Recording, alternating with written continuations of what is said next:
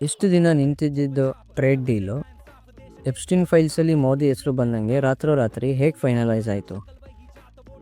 ಜನಗಳು ಏನು ಹೇಳ್ತಿದ್ದಾರೆ ಅಂದರೆ ಮೋದಿ ಹೆಸರು ಮಾತ್ರ ಅಲ್ಲ, ಇನ್ನೂ ತುಂಬ ಬರೋದಿದೆ ಅಂತ ಹೇಳ್ತಿದ್ದಾರೆ. ಆದರೆ ರಾತ್ರೋರಾತ್ರಿ ಇಂಡಿಯಾ US ನಾವು ನಿಮ್ಮೆಲ್ಲ ಕಂಡೀಷನ್ಸ್ನ ಒಪ್ಕೋತೀವಿ ಅಂತ ಹೇಳಿ ಟ್ರೇಡ್ ಡೀಲ್ ಫೈನಲೈಸ್ ಮಾಡಿದರು. ಟ್ರಂಪ್ ಸ್ವತಃ ಟ್ವೀಟ್ ಮಾಡಿದರು, ಇಂಡಿಯಾ ಮೇಲೆ 25% ಬದಲು 18% ಟೆರಿಫೈ ಆಗ್ತೀವಿ ಅಂತ ಹೇಳಿದರು.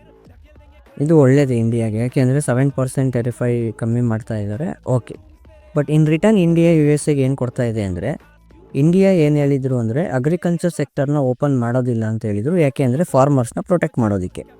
ಆದರೆ ಈಗ ಫಾರ್ಮರ್ಸ್ ಕತೆ ಮುಗೀತು, ಯಾಕೆಂದರೆ ಈಗ ಅಗ್ರಿಕಲ್ಚರ್ ಸೆಕ್ಟರ್ ಓಪನ್ ಮಾಡ್ತಾ ಇದ್ದಾರೆ.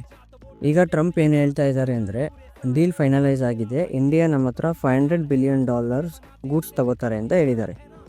ಮತ್ತು ಇನ್ನೊಂದು ಏನು ಹೇಳಿದ್ದಾರೆ ಅಂದರೆ, ಎನರ್ಜಿಗೆ ನಮ್ಮ ಮೇಲೆ ಡಿಪೆಂಡ್ ಆಗ್ತಾರೆ, ರಷ್ಯಾಯಿಂದ ಫ್ರೆಂಡ್ಶಿಪ್ ಕಳ್ಕೊತಾರೆ, ರಷ್ಯಾಯಿಂದ ಆಯಿಲ್ನ ತಗೊಳ್ಳೋದಿಲ್ಲ, ನಮ್ಮ ಹತ್ರ ಮತ್ತು ವೆನಿಜುಲಾ ಹತ್ರನೇ ತಗೋತಾರೆ ಅಂತ ಹೇಳಿದ್ದಾರೆ. ಕೋಇನ್ಸಿಡೆನ್ಸ್ ಏನು ಅಂದರೆ, ಈ ಎಪ್ಸ್ಟೀನ್ ಫೈಲ್ಸಲ್ಲಿ ಹೆಸರು ಬಂದಂಗೆ ಡೀಲ್ ಫೈನಲೈಸ್ ಆಗಿದೆ. ಇದು ಕೋಇನ್ಸಿಡೆನ್ಸಾ ಇಲ್ವಾ ಗೊತ್ತಿಲ್ಲ.